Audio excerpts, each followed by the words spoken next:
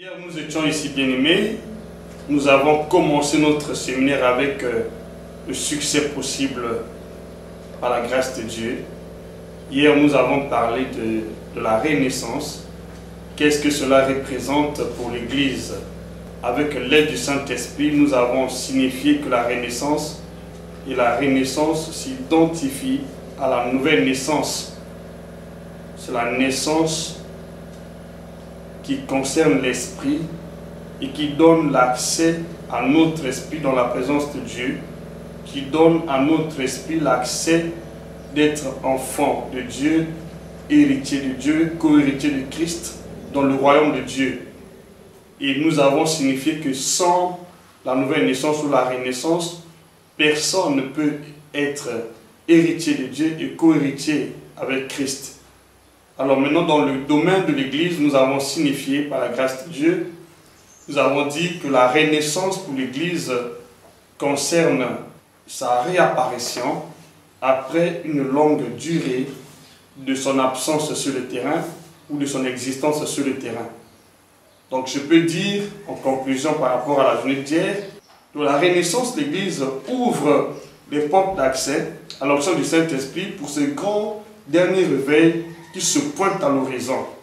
Donc toutes les assemblées, y compris les leaders des églises, qui ne procéderont pas par la renaissance, seront d'office écartés de la course du réveil à venir. Et je peux vous rassurer que tous ces leaders-là seront assis dans la chair, si bien qu'ils n'auront pas la possibilité d'accéder dans la présence de Dieu pour recevoir l'onction dans ces derniers temps. Parce que la renaissance nous donne accès dans la présence de Dieu. Et si vous n'êtes pas né de nouveau, vous restez assis dans votre chair. Parce que celui qui est né de l'esprit est esprit, celui qui est né de la chair est chair.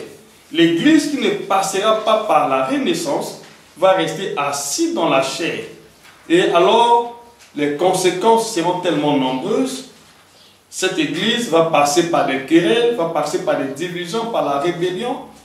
Parce que ces leaders ou ces dirigeants seront assis dans la chair.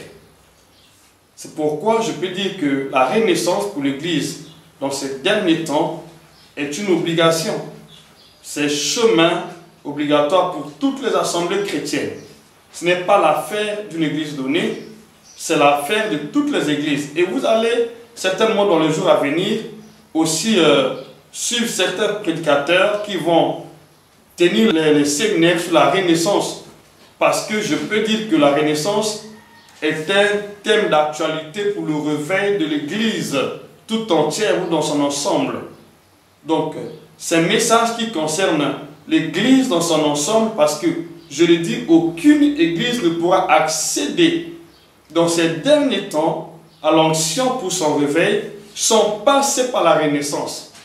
Donc, je peux dire que c'est une porte d'entrée, c'est la clé pour l'ouverture de l'onction du Saint-Esprit dans ce temps de la fin, pour ceux qui envisagent le grand réveil que nous attendons tous par la grâce de Dieu.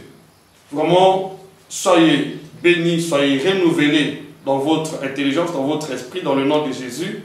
Et je sais que ce thème va certainement façonner chacun de nous au point que l'onction du Saint-Esprit sera son héritage, sans même que tu ne fasses la prière. Le Saint-Esprit va te localiser et va te remplir de sa puissance. Soyez bénis dans le nom de Jésus.